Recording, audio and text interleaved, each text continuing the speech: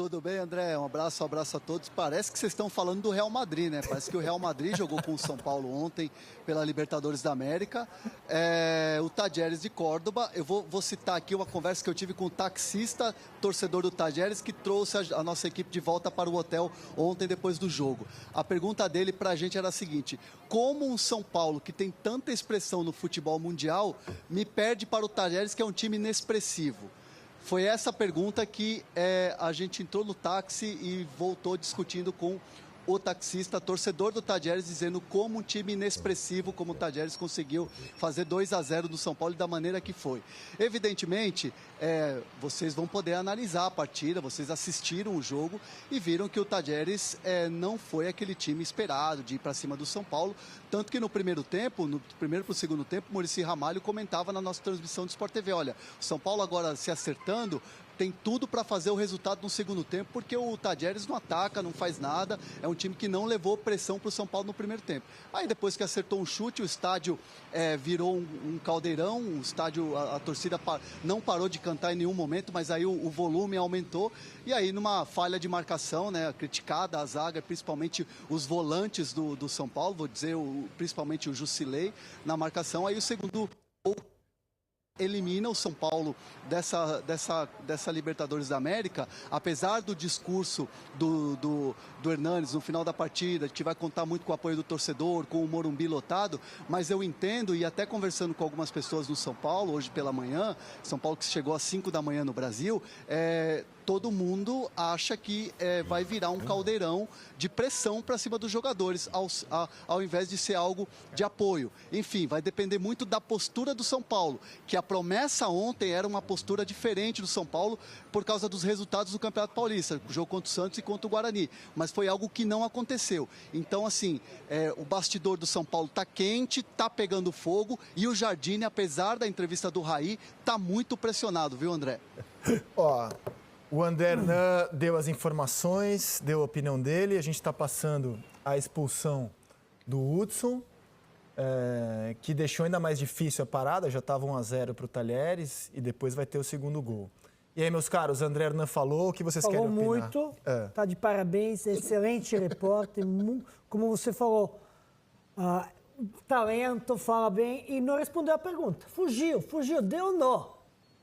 O Talleres é fraco, no pingo de água, deu nó. O Talleres é fraco, fraco, não responde, o Talleres é fraco. O torcedor lá do taxista, que deve estar te falando, Talleres não é o único clube de Córdoba, não. Tem vários clubes lá. Deve ter sido torcedor de outro time lá. Por isso falou que como São Paulo perde desse time desastroso, torcedor do Talleres não ia falar isso, não.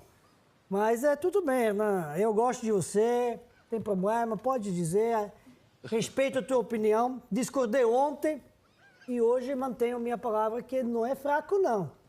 É um time chato, um time que joga em casa, um time que não levou goleada, que vem da vitória do último jogo contra Banfield e deu muito dor de cabeça contra São Paulo. E para dizer mais uma coisa, acho que André, infelizmente, tem culpa na derrota do São Paulo. Qual André? Nosso amigo. O nosso amigo. Bom. Nosso amigo. O André tem culpa. Por quê? Por que digo isso? Jardine, né? Por que isso? Porque ele falou Jardine, fraco. São Paulo relaxou e não foi marcar o jogador do Talleres. Acreditou que era fraco. Exatamente. Cercou. A resposta dele, o André tem culpa, o André Jardine. André Jardine. Bom, também, talvez, né? Mas você divide um pouco de culpa. Exato. Te ouviram, fraco, não precisa marcar, eles não sabem fazer o gol. Os dois golaços. Deixou sem marcação. Mas talvez ele Então o Pet está cravando que o Talleres é o Barcelona, é isso? Não. Você ouviu falar eu de Barcelona e Talleres comparando? Não. Mas aí, em comparação, André, também... Tô te perguntando. Você acha o São Paulo, então, muito forte, né? No começo dessa temporada? Não, São Paulo muito pelo contrário, tanto que eu trazia a informação ontem falando que estava acontecendo e nos últimos dias aconteceu uma cobrança muito grande, tanto que o Volpi falou pra gente que não tinha mais desculpa de início de temporada, que o São Paulo tinha que jogar e o São Paulo, pelas contratações que fez, pelo investimento que fez os jogadores, trazendo o Hernanes, Pablo, o Volpi, era para ter já tido melhores atuações, um desempenho muito melhor. E mais uma vez não aconteceu. Então, assim, tá uma situação muito complicada hoje no São Paulo. O bastidor tá pegando fogo lá no São Paulo e tudo vai depender de uma mudança em relação a esse jogo de quarta-feira.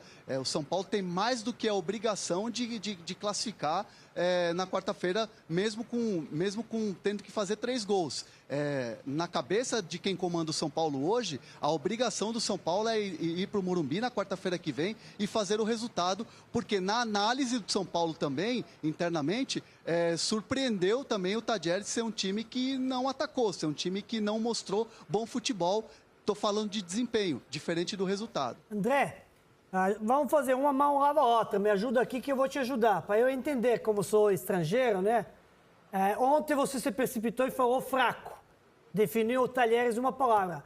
E agora, depois do jogo, como define Talheres e como define São Paulo? Em uma palavra.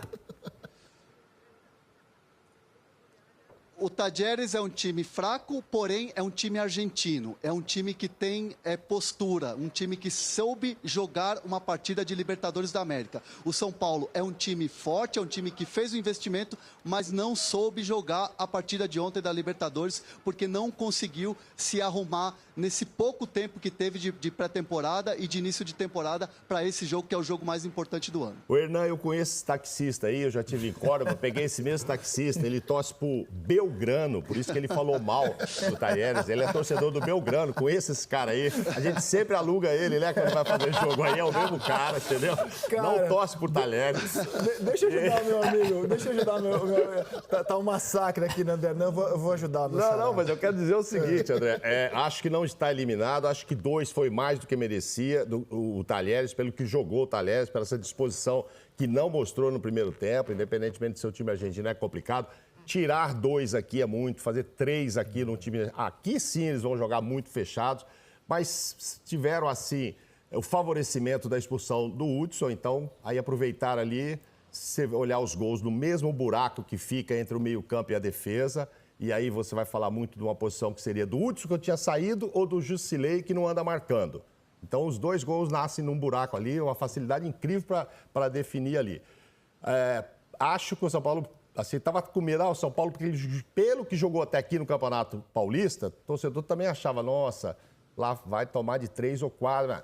Quando começou o jogo, dava para ter saído com 0-0.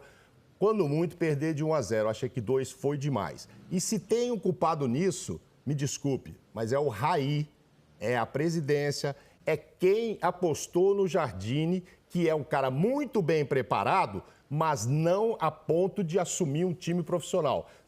Fez muito sucesso, é um grande estudioso, ganhou muito na base, mas precisava ter passado como auxiliar no time de cima por um período com caras mais experientes para depois tratar disso.